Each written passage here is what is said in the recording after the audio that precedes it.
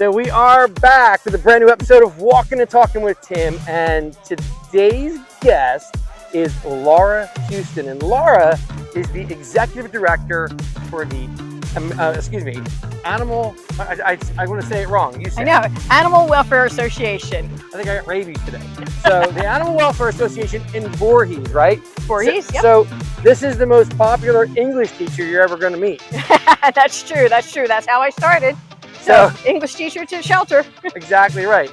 So let's start out by talking about, you tell the world, Laura, tell them exactly what it is that you do and what the Animal Welfare Association does in Voorhees for the animals. Absolutely. So we are South Jersey's oldest and largest no-kill shelter.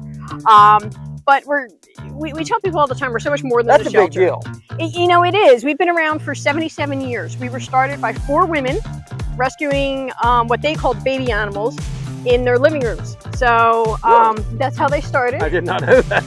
And then they gradually, in 1955, built a shelter.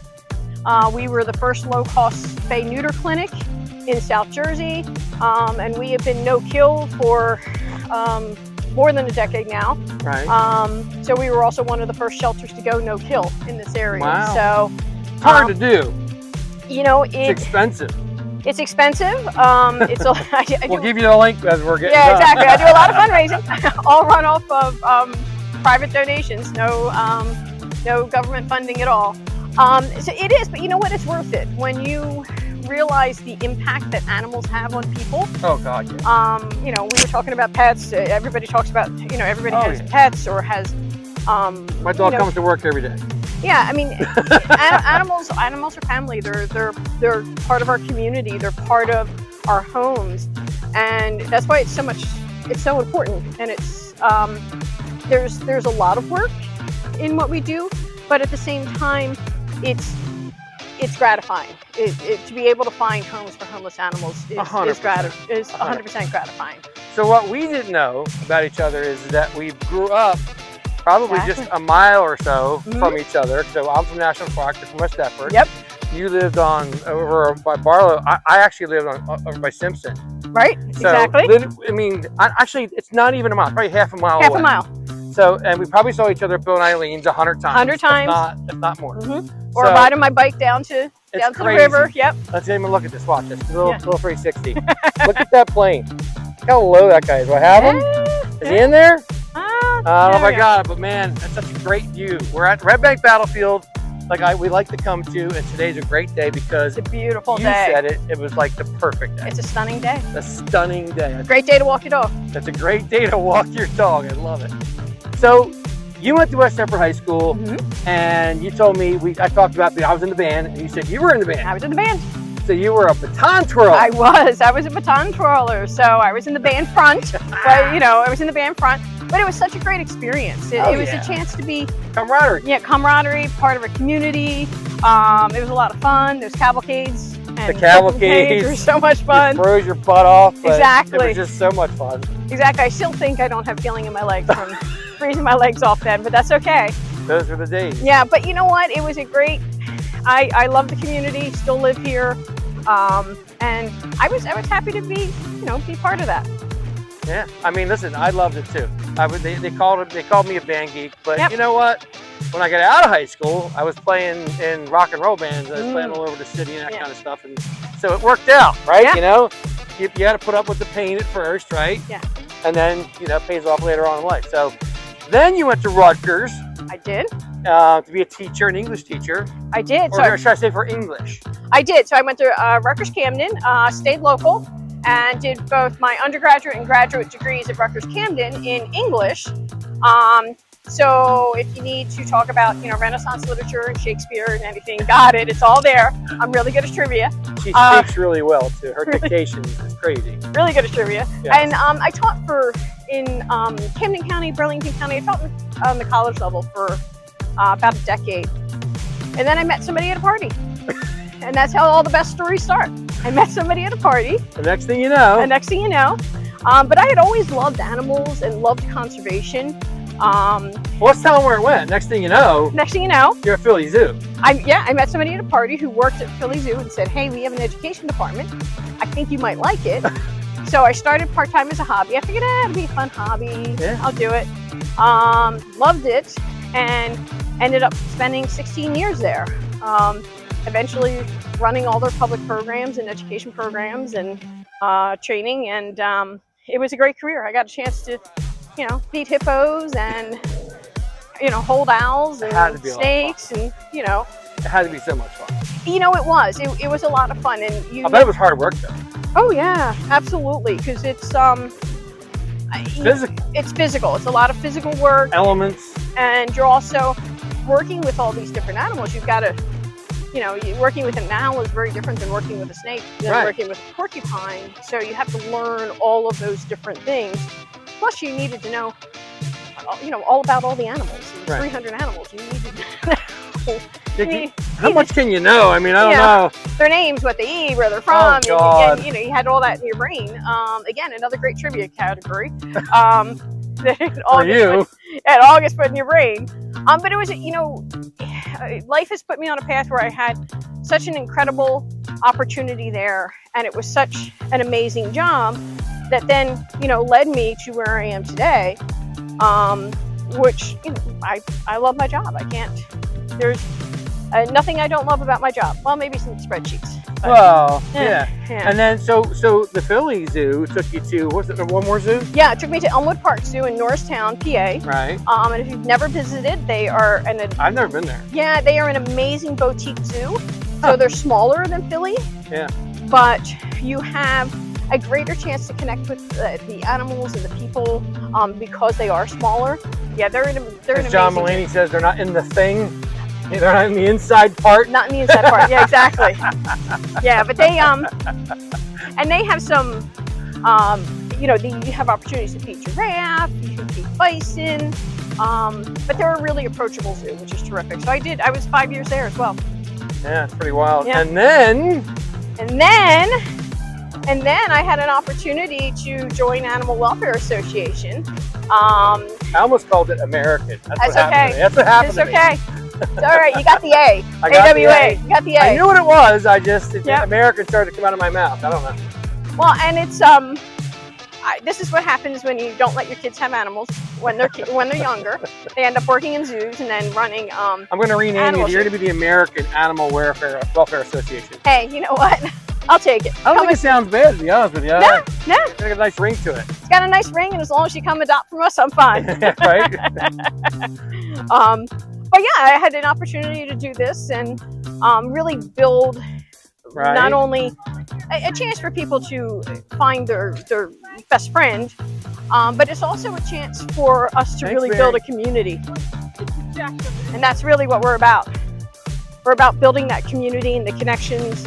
Right, because you said you go to a lot of networking events. I do. So that you can just keep yourselves out in front of everybody because, as well as I do, if you don't, people forget. People forget. They forget who you are. They forget what you're doing. Forget your mission. Right. And you got a huge mission. Well, I have 2,500 animals a year that we find homes for. So that's 2,500 plus lives that we need to keep telling people about. Yeah, and you said that the rate for adopting dogs is actually diving. It's decreasing, yes. So the last, really since COVID, the numbers have been going down for dog adoptions. Right. Cat adoptions are increasing. That's good. People are they don't want the commitment or the expense of a dog. Yeah. It's okay. For all you Gen Zers and you young millennials who aren't having children yet, get a dog. Get a dog. Come on, man. Stop in. Check Get out the pups. You never know. I always say this, that animals can be your absolute best friend, and they never talk back. They always love you, no matter what. No matter what. No matter what, they're happy to see you, right? And for the most part, they don't demand a whole lot. They don't need a whole lot. They just want you. They just want you, absolutely. Just like kids, right? They just want you. Well, and we do so much. We of course find homes for homeless animals, but there's so much more we do. We have training. We have behavior training for animals. Right. We have a low-cost clinic where people can anybody can bring their animals. And that's really important because we talked about the fact that my daughter was how to get something done with their cat, and you guys do stuff. You have you said low cost, and it's a big deal. I mean, it's expensive. And it's available to anybody. So I tell people all the time, like, we have a walk-in vaccine clinic. Yeah. So at your full-service traditional vet, you're going to spend about $80 plus an office fee for a rabies vaccine. Yeah. You're going to walk into us and you're going to spend $30 and no wellness fee needed. Right. So if you can save that money now, put it towards their future care or whatever. It's it's just a great opportunity to ensure animals get healthier. Yeah, absolutely. It just gives people that are struggling, because obviously these days everybody's pretty much struggling, to have an opportunity to take care of their pets without it being so costly. Exactly, and it helps us prevent them from ending up in your place. Yeah, because they can't afford them. Exactly, and that's probably the #1 reason for surrender, is that people can't afford them. Which is terrible. Which, it's sad. And it's sad because they probably are heartbroken to do it. 100%. There's always a lot of tears, and you're like, well, we'll take them. We'll take them, and we also try to connect people to programs. Like, we have a free pet food pantry that runs multiple times a month. So you can just, again, no questions asked. You need a little help, you come, you get a little extra dog food or a little cat food, and it gets you through. So if we can, we get 6,000 calls a year to surrender animals. Right.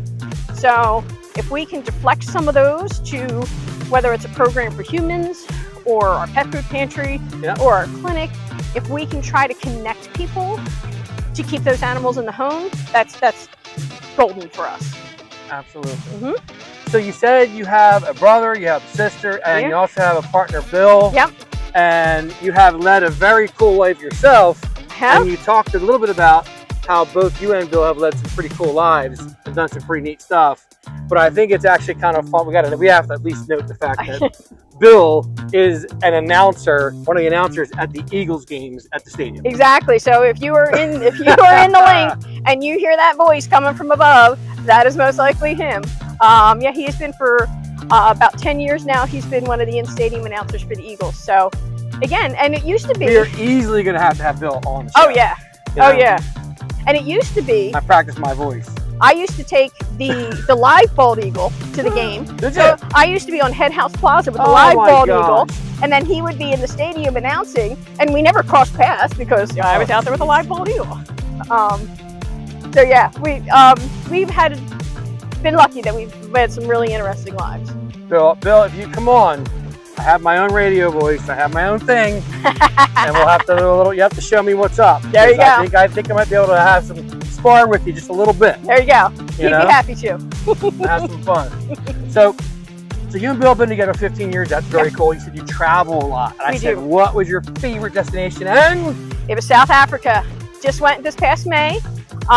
We went to Kruger National Park in South Africa, and it was life-changing. It was amazing. I highly encourage anybody. I know it's an expensive trip. We saved for a lot of years to be able to do it. But to be able to go out on an open-air Land Rover and have lions right to your side and elephants there and rhinos, it was amazing. This isn't Animal Kingdom at Disney. This is the real deal. No, and they're so close to you. But yeah, by far that was my favorite. We do travel a lot. We don't have kids, just dogs and birds. And trips. So we do trips, and I'm you said you have three dogs. I have 3 dogs, Chewy, JJ, and Willa Jean. 2 of them are foster fails that came from the shelter. Wow. They were supposed to be foster dogs, and well, they're still there. And you took care of them. That's good. Yeah, and it's awesome. They're not one of them is over 13 pounds. Wow. 3 littles.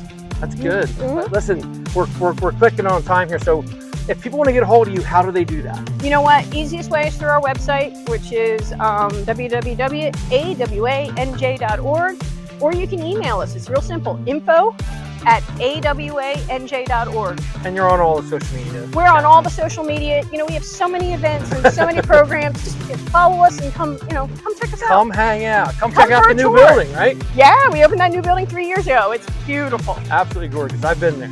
Yeah. So listen, all you folks watching, thanks for watching. Keep on walking, keep on moving. Follow me on Instagram, YouTube, and all the other channels. And listen, we'll see you next time on Walkin' Talkin' with Laura Houston from AWA. Giddy Up. Peace.